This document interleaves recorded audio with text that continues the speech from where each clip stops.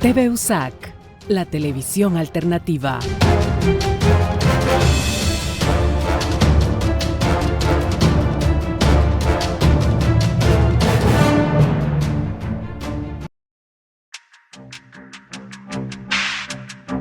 Si bien no fue un año precisamente destacable como los anteriores en cuanto a estrenos iberoamericanos, no podemos dejar de revisar lo que el 2025 nos presentó en festivales, salas y plataformas.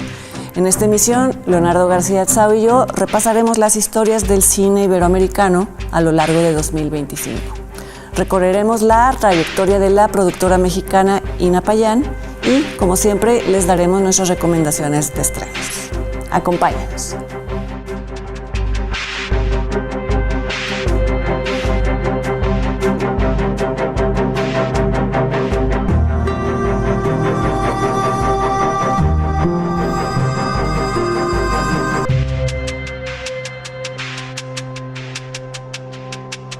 ¿Qué tal? ¿Cómo están? Bienvenidos al 2026 y bienvenidos también a Encuadre Iberoamericano. ¿Cómo estás, Leonardo? Bien, felicidades. Gracias, felicidades y gracias por haber elegido estar con nosotros en este mes en el que empezamos a ver cine. Pero antes de empezar a ver cine y de comentar todo lo que va a venir, queremos darle un repaso al 2025, a las mejores películas iberoamericanas. Decíamos que no fue un año en donde hubo muchísimas películas que nos marcaron como en años anteriores. Es muy injusto estar comparando, sobre todo considerando que nuestras cinematografías son difíciles. Sí.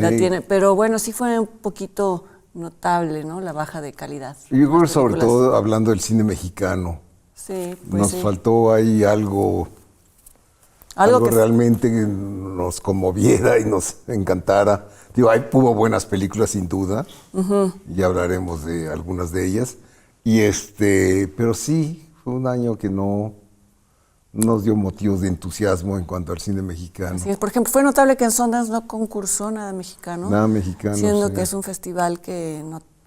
generalmente le da considera el cine mexicano. Pues en los años anteriores, Astrid Rondero y Fernanda Valadez habían incluso ganado las secciones de festival de cine internacional, y este año no hubo. Creo que fue un buen año para el cine brasileño, un buen año para el cine español, sin duda. Esas dos cinematografías destacaron. Pues ya las iremos comentando. Sí. Podemos empezar por los festivales. Cronológicamente. Sí, el primero importante del año es Berlín. Entonces en Berlín estuvo, Último Azul de Gabriel Mascaro, que ganó el Gran Premio del Jurado, premio importante. Y de México estuvo El Diablo Fuma, pero guarda las cabezas de los cerillos. Ajá. De Ernesto Martínez Bucio. Sí. Y después se exhibió en Morelia. Sí. Es una película, a ti no te entusiasma mucho, ¿verdad? No. Tiene un tema parecido a Los Lobos. Sí. Pero me gustó película. más Los Lobos. Sí, ya sé. Me creo más ese asunto de abandono que en esta película. A mí me gustó, la verdad. Niños que conviven mucho tiempo porque están abandonados. No, me gustó más el último tramo, cuando te das cuenta de que están abandonados y es muy crudo lo que sucede. Pues nada, se los va a llevar el... A mí me gustó la secuencia del perro. Mira, lo hubieras mencionado en el programa pasado. La secuencia ya no me más acuerdo llamativa. ¿Cuál es la secuencia? Un perro que sale a atacar y lo mata. ¿Al trabajador social? Sí, a alguien que los visita. Y sale el perro y lo matan. ¿Eso es lo que te gustó de la película? No, es lo que me llamó la atención. Porque estaba bien, dramáticamente funcionaba esa secuencia. Sí. La tengo bloqueada. Seguro. Y bueno, también se estrenó Olmo de Fernando Emke. Que tampoco te gustó tanto, ¿verdad? No. Yo le tengo también como cierto soft spot. ¿Cómo se dirá? Al cine de Fernando Emke, que sí. Tienes debilidad.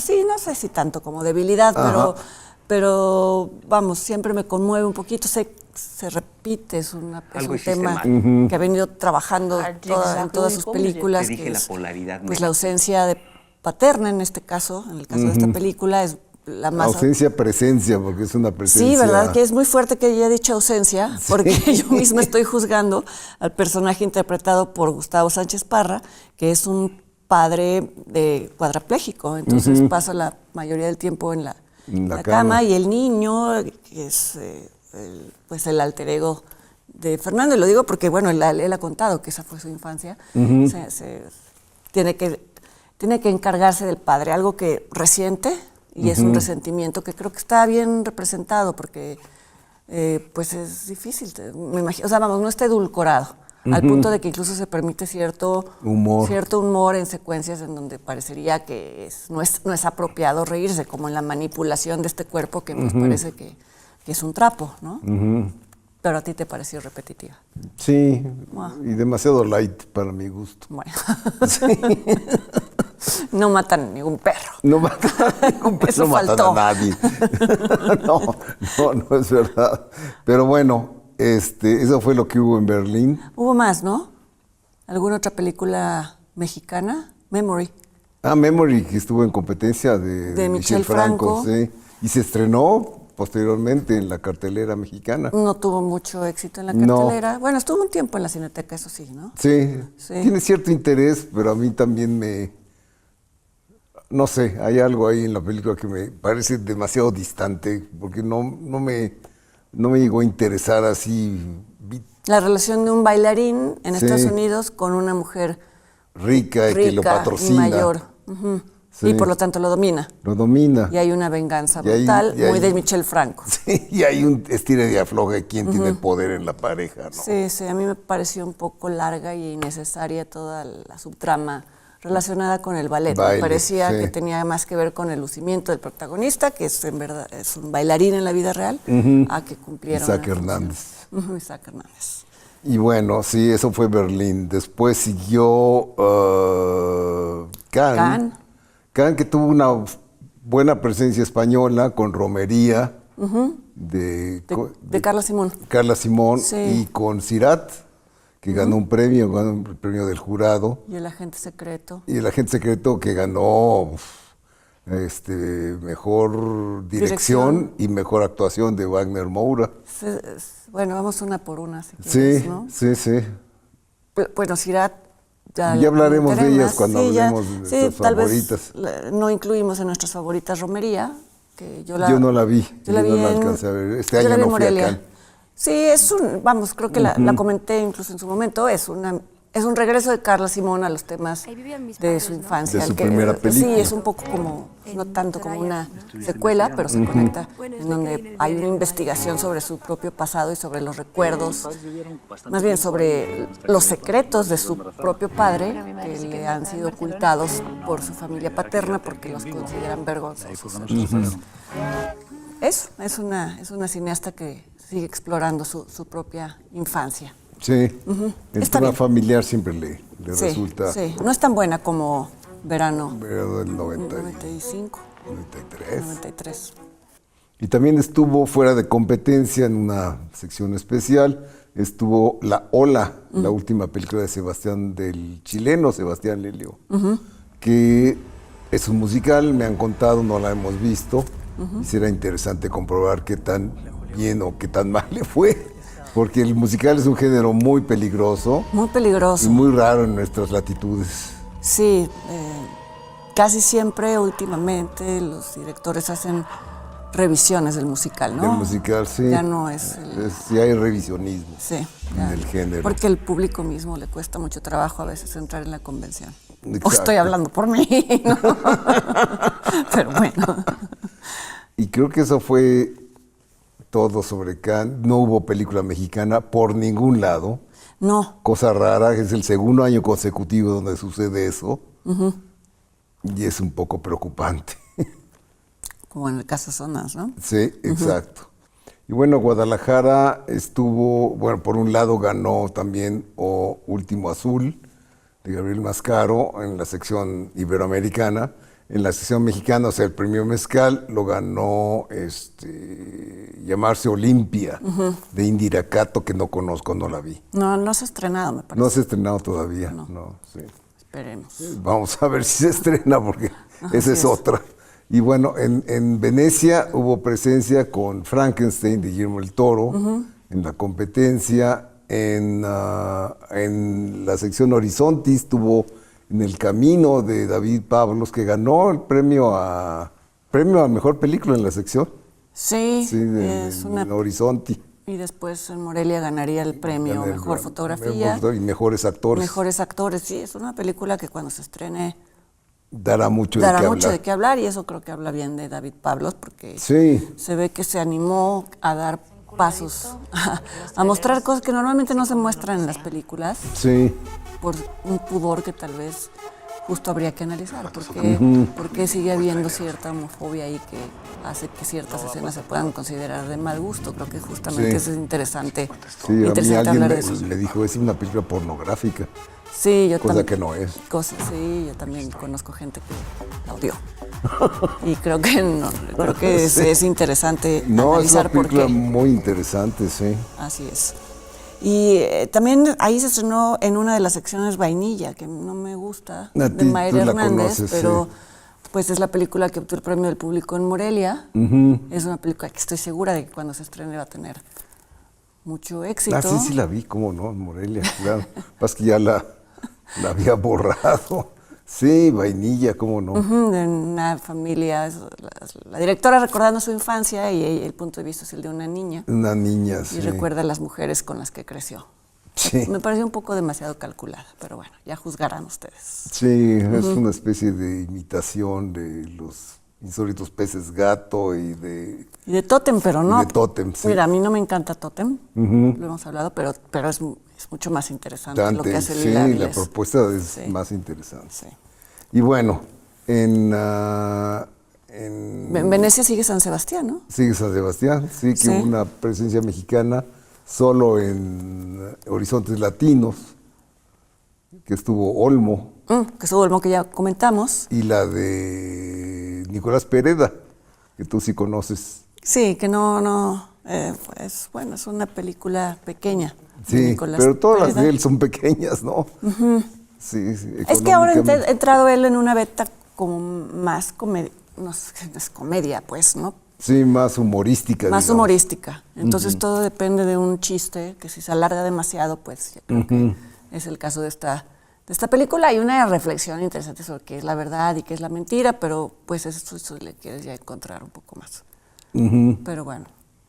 Y se estrenó también en San Sebastián una película que después formaría parte de la sección oficial de Morelia, aunque en San Sebastián no formó parte de Horizontes Latinos, que es Si no ardemos, ¿cómo iluminar la noche?, de Kim Torres, que es costarricense, pero tiene nacionalidad mexicana. Fue una coproducción entre Costa Rica y México. Entonces se considera... Bueno, por eso la aceptó Morelia, como película mexicana. A mí me gusta, es justo como la contraparte de Vainilla. En tanto son hermanas que crecen en un entorno extraño, pero creo que esto está mucho... Hay mucha más construcción de atmósfera, de personajes. Sobre todo al final me parece que es más interesante. Así es. Que es más... que tiene un poco más de garra. Tiene influencia de Lucrecia Martel, evidentemente, al principio, ¿no? Sobre todo en esas... tomas extrañas, móviles, calurosas. Sí. Bueno, Horizontes Latinos fue una sección en la que se presentaron películas interesantes. Hiedra estuvo ahí. Hiedra, que ya hemos hablado de ella. Y tuvo una mención. Tuvo una mención. Sí. Sí, y también Horizontes Latinos. Y también la película Un Poeta. Fue la ganadora. Que fue, una película colombiana de Simón Mesa Soto. Es muy interesante porque habla de un profesor que quiere un poeta fracasado convertido en profesor, que ve en una de sus alumnas de la escuela la posibilidad de triunfar, en tanto él no triunfó, pero a la niña no le interesa ni la poesía ni ganar concursos, entonces la obliga a recorrer todo ese camino de fama literaria con todo lo que implica, que a veces implica cosas tan terribles como tener que escribir sobre la condición marginal en la que vive alguien que tal vez no quería escribir sobre eso, ¿no? Un poco como una especie de autoexplotación. Y el punto que hace la película es que también eso pasa en los festivales y en las películas, ¿no? Que muchas veces para ser seleccionadas, las películas, los directores y los guionistas hacen pornomiseria en Latinoamérica. Sí, claro. Es muy común y muy frecuente eso, ¿no? Por eso luego se tiene una imagen de México. O sea, es una realidad terrible, pero no es de tanto, Latinoamérica, ¿no? de ¿Sí? Latinoamérica en general. De Latinoamérica en general, sí. Bueno, España barrió con todos los premios.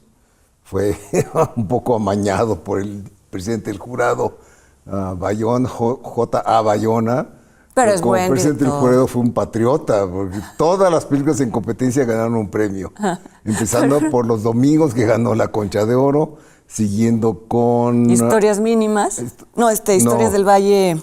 Del Buen Valle. Del Buen Valle. Un documental de José Luis Guerín, Más Palomas, que nos gustó, es una muy buena película sobre un personaje gay que... Se da cuenta de que su peor enemigo es él. Es él, A él lo largo mismo del empieza a mundo. reprimirse cuando es internado por un ataque que le da, que lo paraliza, es internado en un centro de una especie de asilo. Del lugar del que salió huyendo, que es la propia San Sebastián, porque Sí. vamos, eran muy conservadores, tanto su Claro. familia, y de pronto tiene que regresar ahí. Y entonces se enfrenta. Bueno, pero fueron buenos premios, no importa que sean españoles. Sí. Los Tigres de Alberto Rodríguez, No, perdón. Esa no. Bueno, Esa ganó mejor foto. que está bien ese premio. Sí, ¿No? pero Digo- sobre todo la fotografía submarina era muy buena. Era muy buena porque generalmente es porque son buzos en problemas, ¿no? Recuerdas que hay son buzos que están buscando cocaína debajo de un buque. Sí, de un porque buque, sí. Y es muy angustiante que esta turbiedad del agua, que a veces dices, ¿por qué si están viviendo algo tan horrible todo se ve perfecto? Que eso es muy irritante a veces de algunas películas, ¿no? Y aquí sí se respetaba Sí, que sí. se tiene que ver mal para que tú te sientas Sí, como sí, se sentían sí. ellos, ¿no? Y bueno, otra película que se estrenó fuera de competencia, ya se puede ver en Netflix, es Un fantasma en la batalla, de Agustín Díaz Llanes, que es El tema es interesante, no es... Pero es una película que ya había, en un territorio que ya había abordado La Infiltrada, una película que se estrenó en México, rara vez, ¿no?, que eso sucede con el cine español, y que esta cumple con el thriller y la denuncia del salvajismo de ETA, pero algo le falla, hay algo ahí que es más urgente en La Infiltrada. Y el personaje del policía es muy plano, Es ¿no? muy plano. Es como muy plano. es como un policía recto de los que no hay. Sí.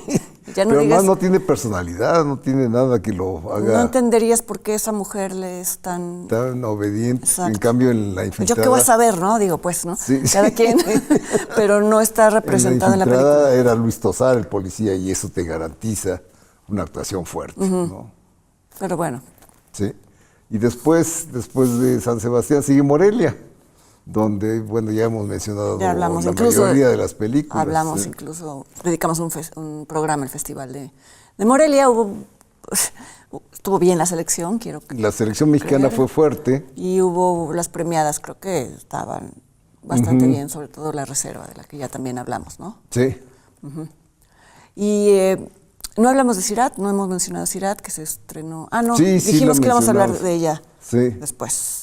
Pues sí, espero que no estemos dejando nada fuera. Espero que no. Bueno, fue un año nuevamente donde la taquilla no se recuperó. Seguimos con el efecto de la pandemia y de las plataformas. La gente sigue sin ir al cine, sobre todo en México, ¿no? Pues sí, pues y en sí. Estados Unidos, que es donde yo tengo reportes de taquilla, y sí, ha bajado la asistencia, no se ha recuperado el número pre-pandemia. No. Pero también cómo culpar el hecho de que a veces... ¿Cómo culpas a alguien que no tiene tiempo de ir al cine? Si nosotros que nos dedicamos a esto, a veces están una semana ciertas películas, sobre todo las interesantes, ¿no? Las interesantes duran muy poco. Entonces es muy Y difícil. siempre que está el video para recuperarlas. O las entonces- ponen en horarios mañosamente de trabajo de las personas en las mañanas, ¿no? O en las noches, o sin o dobladas, ¿no? No, sí. Entonces es una tortura, o sea, también como que, pues sí. Sí, pero bueno, esa es la... Ese es el panorama. Qué mal Ese es que el quedamos panorama. con cara como de, no, es que ya vamos, justo por eso vamos a hablar De las buenas. De nuestras favoritas. Sí, a continuación vamos a dar nuestras listas de las favoritas del año, tanto de Fernanda como mías. No se vayan.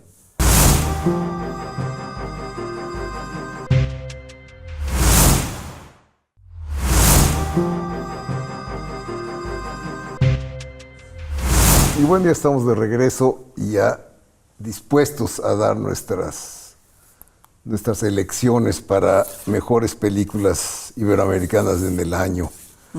Yo empiezo con la quinta, que es la brasileña o Último Azul. Brasileña mexicana, hay que decir que es una coproducción con México. O Último Azul de Gabriel Mascaro, que fue el autor de Buey y Neón, que sí vimos en México y que es bastante buena también. Y O Último Azul es una película que tiene una enorme virtud, que es totalmente impredecible. Ah, qué bien. No, yo la vi sin ninguna información más que del director y de repente dije, ¿por dónde va esto? ¿No? Cosa que no sucede ya. Ya no sucede. ¿No? Entre las convenciones genéricas y la falta de imaginación de los guionistas, nos hemos metido en un callejón sin salida donde digo, ya sé qué va a pasar, y ahora van a matar a fulanito, y ahora, en fin, todo se ha vuelto tan previsible, y esta película es, ¿por dónde va esto? Más o menos algo que nos digas. Sí, bueno, es parte de una realidad distópica. Es un Brasil donde a los ancianos los están juntando en un lugar penal que se llama La Colonia para dar paso a los jóvenes que sí son productivos económicamente, ¿no? Entonces se les aísla a los ancianos y hay una que es la protagónica que se niega a que la lleven a esto. A este lugar, apartado. Matadero. Bueno. Al lugar apartado. Entonces se junta con un barquero interpretado por Rodrigo Santoro en un papel atípico porque no es el galán, ¿no? Sale todo con barba y tal, para que la lleve a otro punto, ¿no? Por el río Amazonas. Y ahí en adelante ya no quiero hablar porque... Suena muy bien. Sí, porque precisamente quiero que los demás espectadores... Bueno, la película se estrenó ahora en la muestra de la Cineteca. Espero que muchos la hayan podido ver en esta exhibición y habrán disfrutado de estos placeres que les estoy mencionando. La película es muy simpática, además, el personaje es genial, la anciana. Y además se encuentra una compañera con la cual tiene una relación. En fin, es una fábula, ¿no? Una fábula con, incluso yo podría decir que un poquito de realismo mágico, pero bien. Pero bien, sí, porque pero bien, en el cine esto es como la muerte. Da miedo, ¿no? La fotografía es de un mexicano, de Guillermo Garza, que está muy bien.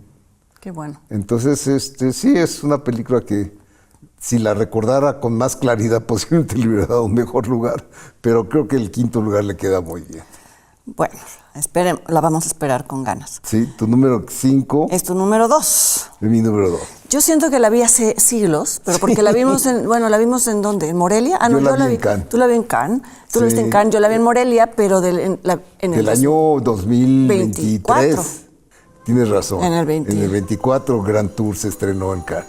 Sí, bueno, para el caso es lo mismo. Hace mucho tiempo. Sí, mucho tiempo, sí. Pero se estrenó comercialmente el año pasado y por eso la estamos tomando en cuenta como el año pasado. El año pasado, tanto que es tu número 2, vamos a comentarla entre los dos. Sí. Es también una película impredecible, ¿no? Sí. dentro de lo muy ingeniosa, que cabe, es una película con mucho ingenio que trata de una persecución. En este caso es un hombre que huye de su prometida a lo largo de diferentes países asiáticos, ¿no? Se va a China, a Japón, en fin. Que prácticamente no hay diálogos. Si mal no recuerdo, es muy visual. Muy pues, visual. ¿no? Sí, es muy imaginativo. No, sí hay diálogos, pero va cambiando el punto de vista, ¿no?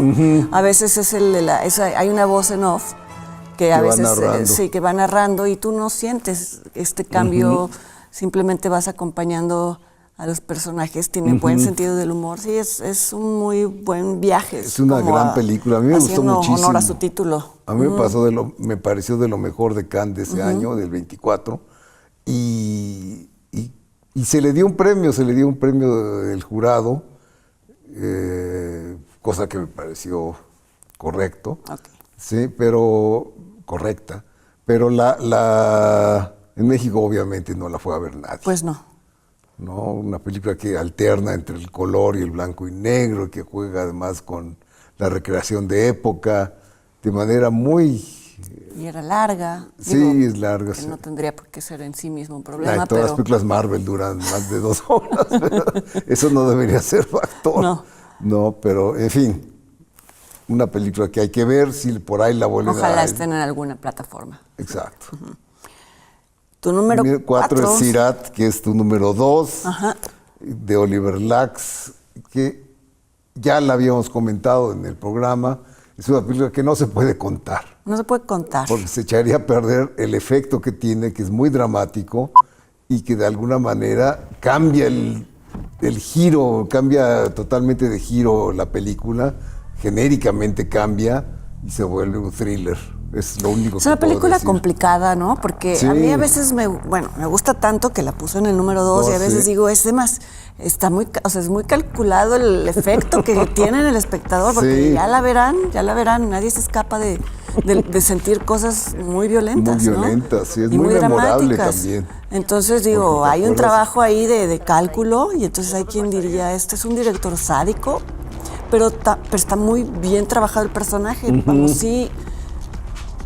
Si se ven las acciones como inevitables, ¿no? Bueno, Sí. sí, incluso o sea, hay una mezcla de azar y malas decisiones Y accidentes, y sí. destino Sí, sí, sí. pero sí, justo lo que dices, cuando crees que ya estás en una película, de pronto estás en otra Sí. y empieza todo contrarreloj. De pronto pareciera, voy a decir algo que va a sonar muy superficial, un videojuego, pero de pronto es como un videojuego. Sí, Y dado el tema, y hay quien diría no se puede frivolizar de tal manera un tema así, pero también es cine. Ahora sí, o sea, se vale manejar una película de manera que tu espectador pueda sentir cosas, ¿no? claro.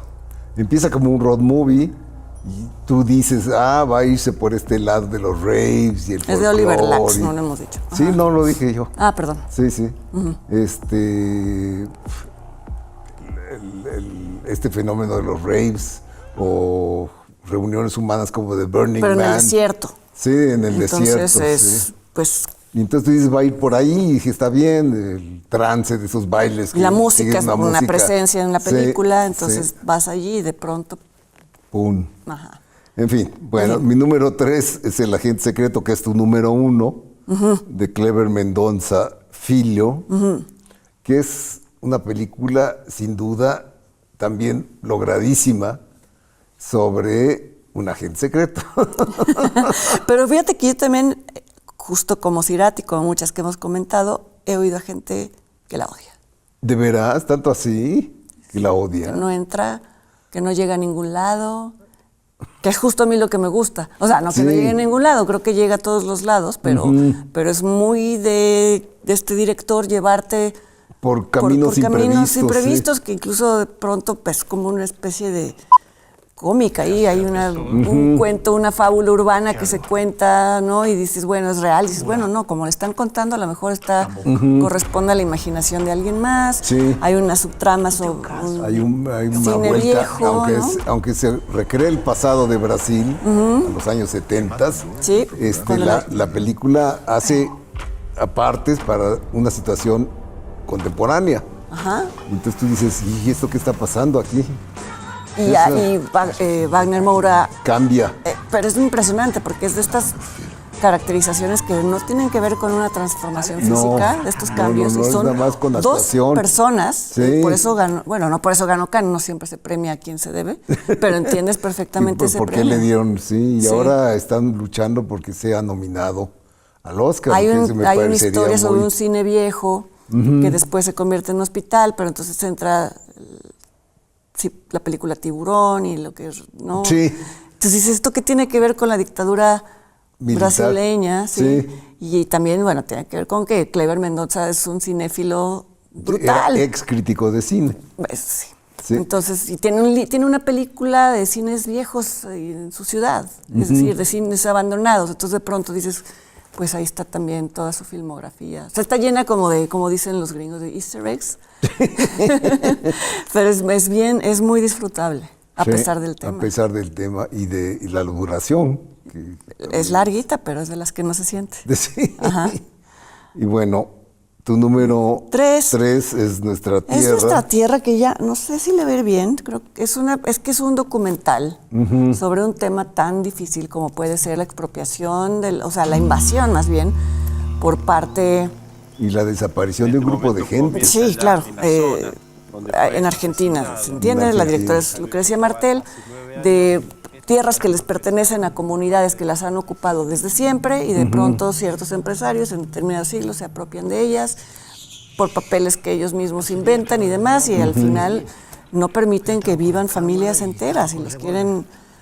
Bueno, es que justo lo que me esté costando trabajo describirla es lo que creo que también hace que mucha gente no le guste, como que va cambiando de foco, ¿no? Sí. Porque también tiene que ver con el asesinato del líder de la comunidad, Javier Chocobar. Entonces de pronto parecería que es una película de tribunales, dentro de lo que puede caber el género en Latinoamérica, que es muy distinto, en donde se está intentando clarificar la culpabilidad de los hombres que mataron a este hombre. Los terratenientes. Pero es que lo que decíamos cuando la vimos juntos, ¿no?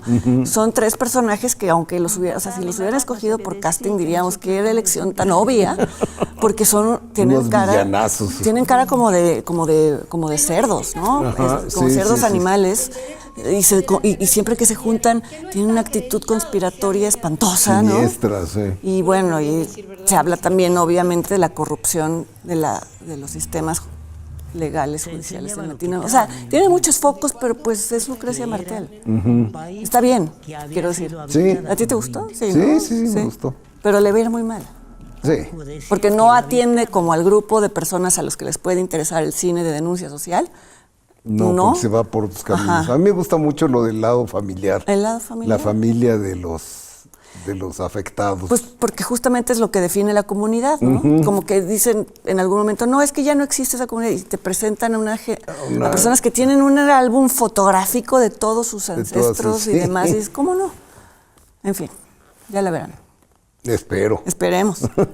De hecho, pues tuvimos la entrevista con Lucrecia Martel al final de la proyección. Así es. Sí. No, en el programa pasado, de diciembre. Es verdad.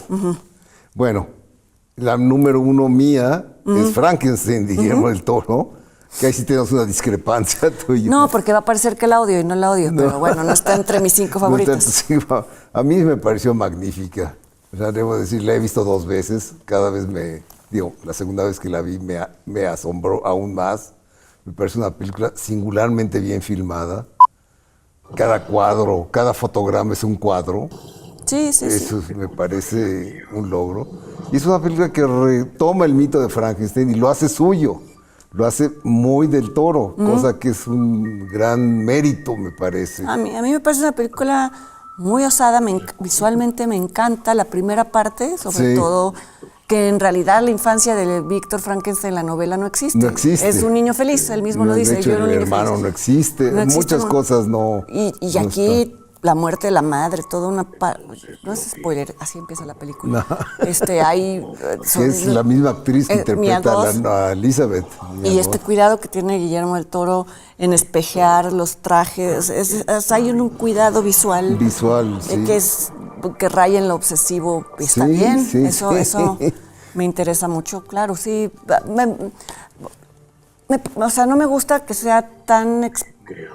un poquito como que le borra el dilema del monstruo, qué es lo que lo hace un monstruo, le quita sus cosas ásperas, las cosas ásperas que sí tiene la novela. Pero mata un montón de gente.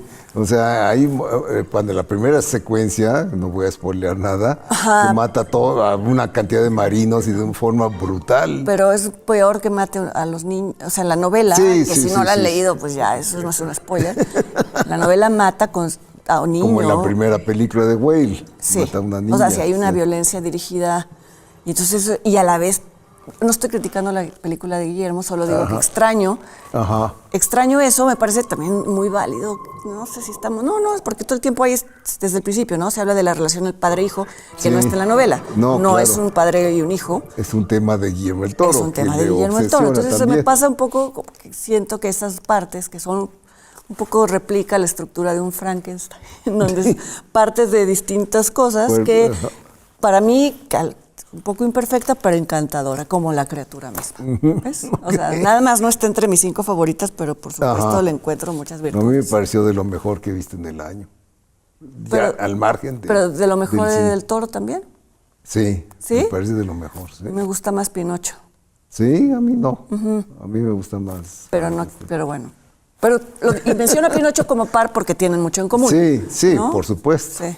Por Es casi supuesto. él mismo lo ha dicho, ¿no? A mí Son lo como, que pasa es que el cine animado siempre Pues es me que causa era, una, pero- me causa una distancia. pero ¿a poco no es horrible. extraordinario que un muñeco? Bueno, Sí. No, y reconozco todos los méritos de Pinocho, también me encanta. Pero me gusta mira, más. tenemos tú y Frankenstein. yo un punto en común, que todo el mundo odia esta otra película gótica suya, Ah, Crimson y Peak. tú y yo no. Sí, exacto. Que fue su primer ejercicio realmente gótico, que apunta al ejercicio totalmente gótico que es Frankenstein. Que es totalmente su universo. Sí. Bueno, entonces Bueno, esas son nuestras esas son favoritas. esas 5. Exacto. Pero no se vayan porque cuando regresemos vamos a hacer un recorrido breve, porque no sería muy difícil hacerlo completo, por la filmografía de la productora mexicana Ina Payán, y les vamos a presentar una cápsula realizada por el Canal 22 con la directora Dolores Fonsi a propósito de su película Belén. No se vayan.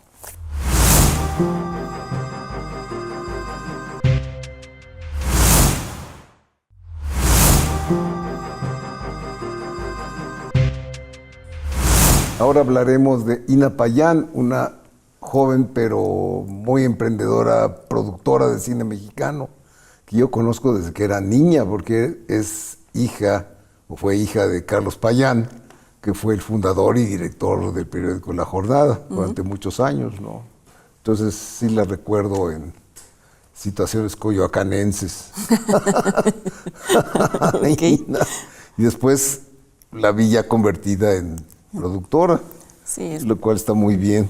una productora que toma riesgos, ¿no? Como hemos Sí, hablado, toma como hablamos riesgos. en su momento de Mónica Lozano, O de Nicolás Ellis. Sí. en donde pues hay que hay a veces que hacer películas que permitan hacer las otras, pero cuando las eligen las otras, las que valen la pena resultan ser muy buenas películas. Sí.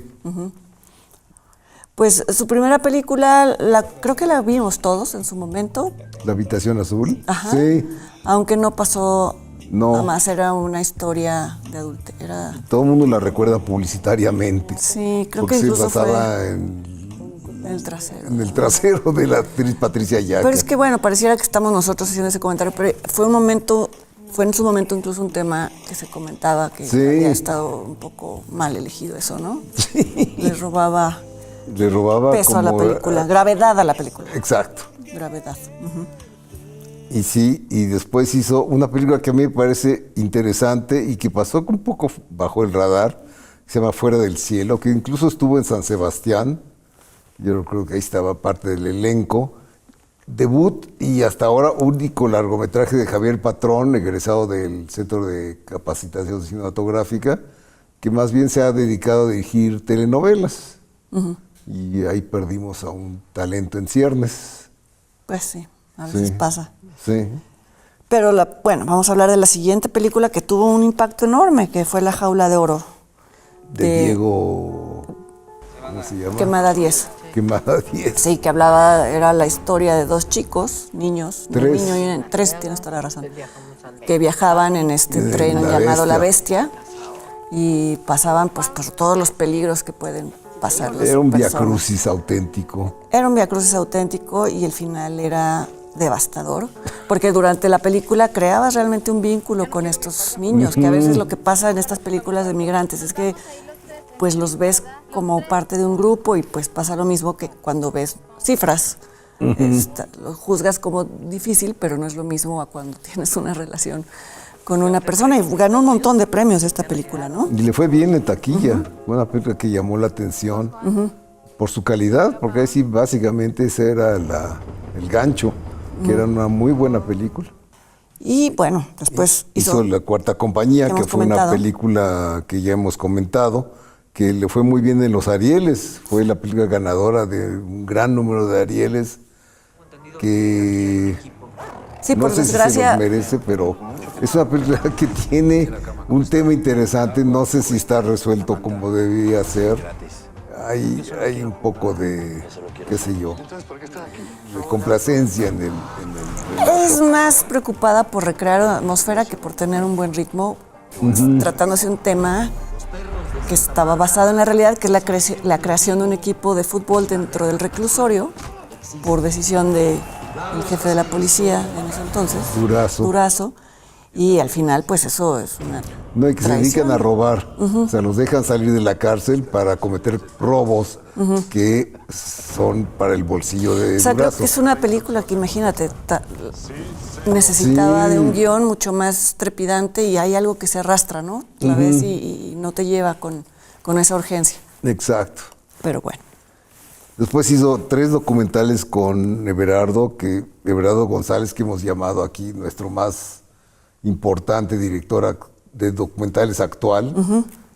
Son Yermo, La Libertad del Diablo y... Una jauría llamada Ernesto. Una jauría llamada Ernesto, sí. Sí, La Libertad del Diablo es el más conocido. En donde, el más contundente de los 3. En donde hay entrevistas con personas que fueron tanto víctimas de la violencia como perpetradores de la violencia. Entonces es muy impresionante. A veces en la misma persona.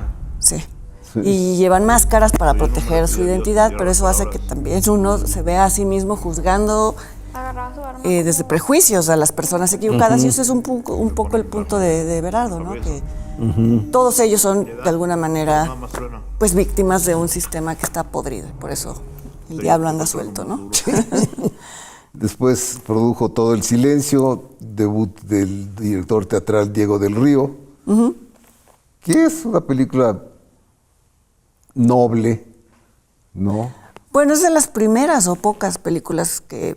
Tratan el tema de los sordomudos, ¿no? Y casi en su mayoría hablan narrada en lenguaje de señas, con 2 actrices que lo hacían bien, ¿no? Sí, Adriana Llabrés y Ludvika Paleta. Ludvika Paleta bien. Bien, porque hace de una persona con afección que habla vocalmente, pero con dificultad, y lo hace muy bien. Sí, se presentó en Morelia esta película. Sí. Y su producción más reciente, que es En el Camino. Y ya la habíamos comentado. De David Pablos. De David Pablos, que es esta película sobre 2 troqueros, historia de amor entre 2 camioneros. Uno de ellos no era homosexual, pero descubre en la persona de un traficante de droga, y bueno, ese es su verdadero amor, ¿no? Pues hablando de los riesgos que toman los productores, creo que este es justamente un buen ejemplo para hablar de, seguramente no fue, sí, no cualquiera se hubiera animado a no editar esa película, ¿no? Entonces, por supuesto. Eso es como, justo ese es el punto que queríamos dejar cuando hablábamos de ella. De ella. Bueno, vamos a continuación a ver la colaboración de Canal 22, que es una entrevista con la directora argentina y actriz argentina Dolores Fonsi a propósito de su película Belén. Libertad para Belén ya y anulación del fallo. Belén es la película que representa a Argentina rumbo a los premios Oscar y Goya. El filme es dirigido, escrito y protagonizado por Dolores Fonsi, quien interpreta a una abogada que defiende a una joven acusada de practicarse un aborto ilegal. Para mí es un regalo, fue un regalo de la vida poder hacer esta película, que me ofrezcan hacer las 3, reescribirla, dirigirla y actuarla. Ya había hecho eso con mi primera película, pero en esta propuesta que yo recibo de hacer las 3 cosas, fue, sí, como nunca dudé de hacerla, fue como lo mejor que me podía pasar. La historia está inspirada en el caso real de una joven que llega a un hospital acompañada de su madre, quejándose de un severo dolor de estómago. Va al baño y sufre un aborto espontáneo. Luego es acusada de homicidio y es encarcelada. Yo no parí ningún bebé. La identidad de esta chica quedó en el anonimato, pero su historia se plasmó en el libro Somos Belén, escrito por Ana Elena Correa. Lo primero que a mí me impactó desde que supimos del caso y demás es que en democracia en Argentina hubiera una mujer que quisiera permanecer clandestina en democracia.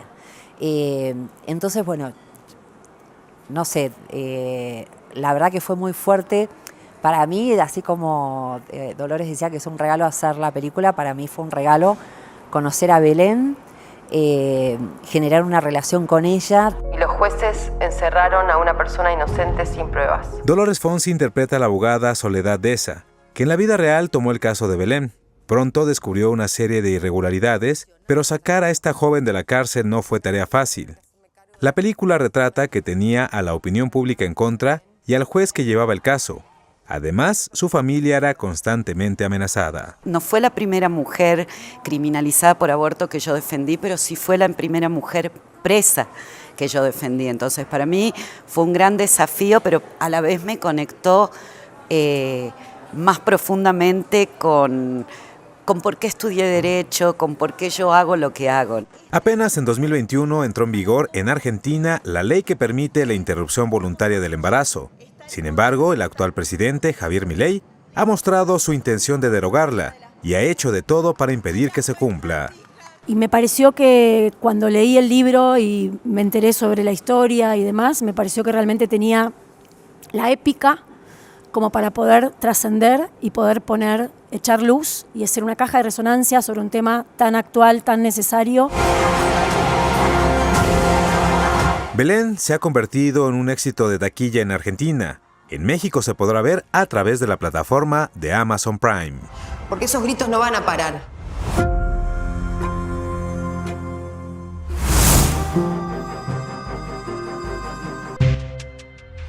No se vayan porque después de la pausa les vamos a presentar una cápsula preparada por nuestra compañera Francina Islas a propósito del Festival de Huelva y les daremos nuestras recomendaciones.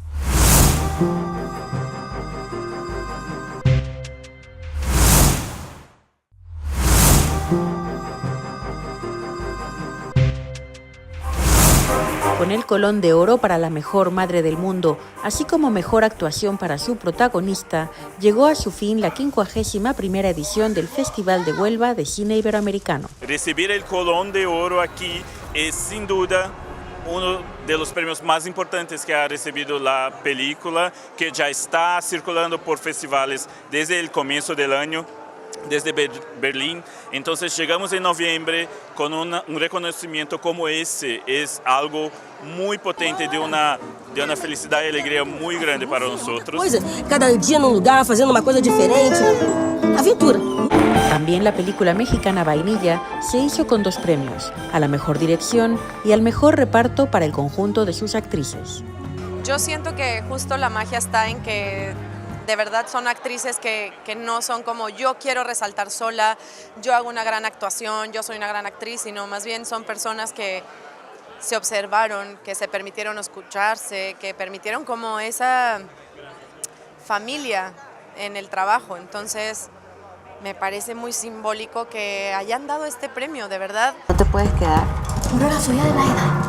El Colón de Plata, premio especial del jurado, fue para Aún es de noche en Caracas, una película que se filmó con actores venezolanos exiliados en México. Tratamos de ser muy fiel a los acontecimientos que habían en el exterior de lo que estaba pasando y creo que además nos quedamos cortas en contar lo que ahí pasa. Creo que es urgente que todos sepamos lo que ahí pasa. No es un azar que 8 millones de personas huyan de un país. Algo está pasando y está pasando algo grave. Entonces, sí es verdad que hace falta que esto se vea y se vea a gran escala. Algunas veces cuando un bebé nace, no es posible distinguir si es un niño o una niña. El premio del público fue para la película mexicana Un mundo para mí, de Alejandro Zuno. Hice lo importante que es para Alex como director y escritor de esa película.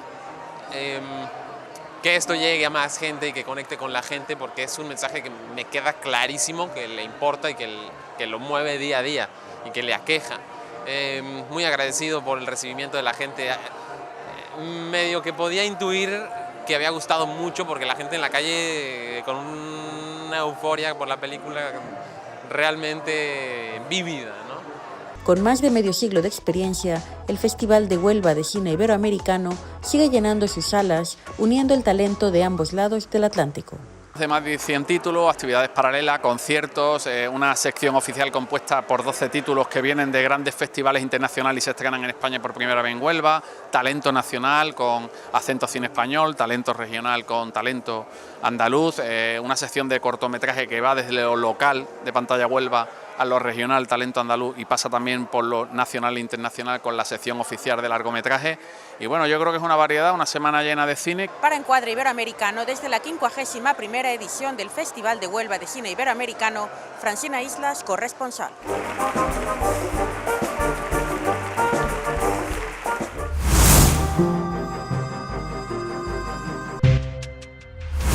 Bueno, vamos a recomendar un solo título, que es Sirat, de la que ya hablamos, la película de Oliver Laxe, que ganó un premio en Cannes, el premio del jurado, y que obviamente hay más estrenos en enero, pero como este programa lo grabamos con mucha anticipación, no tenemos la idea clara de qué se va a estrenar en este mes, entonces nos vamos a concretar, a hablar un poco más de Sirat. Que ya hemos comentado mucho, sí. Y justo hemos dicho que es una película de la que no se puede hablar mucho, porque en algún momento cambia totalmente su tono, su historia, y entonces eso es lo interesante, pero sí, todo se podría considerar un spoiler. Sí. Es una película que va a dividir, y eso es interesante, ¿no? Con una gran actuación de Sergi López, es el único actor conocido, pero está muy bien. Realmente todos los cambios que tiene la película se reflejan en su personaje, ¿no? Claro, claro, porque es una película que habla de emociones tan fuertes que si no estuvieran bien encarnadas por un actor, pues sería muy difícil seguir la historia y considerarla verosímil. Exacto. Entonces, bueno, ya nos dirán qué piensan de Sirat. Sirat. Y pues les agradecemos de nuevo que hayan empezado el año con nosotros. Gracias, Leonardo. Gracias a ti. Y los invitamos para que lo sigan haciendo todos los meses, para que nos sigan acompañando. Recuerden que Encuadre Iberoamericano es una plataforma televisiva en la que procuramos dar visibilidad a películas iberoamericanas del presente, del pasado, directores importantes, todo lo que pueda suceder alrededor de nuestros cines en nuestros países. Cuídense mucho y nos vemos en un mes.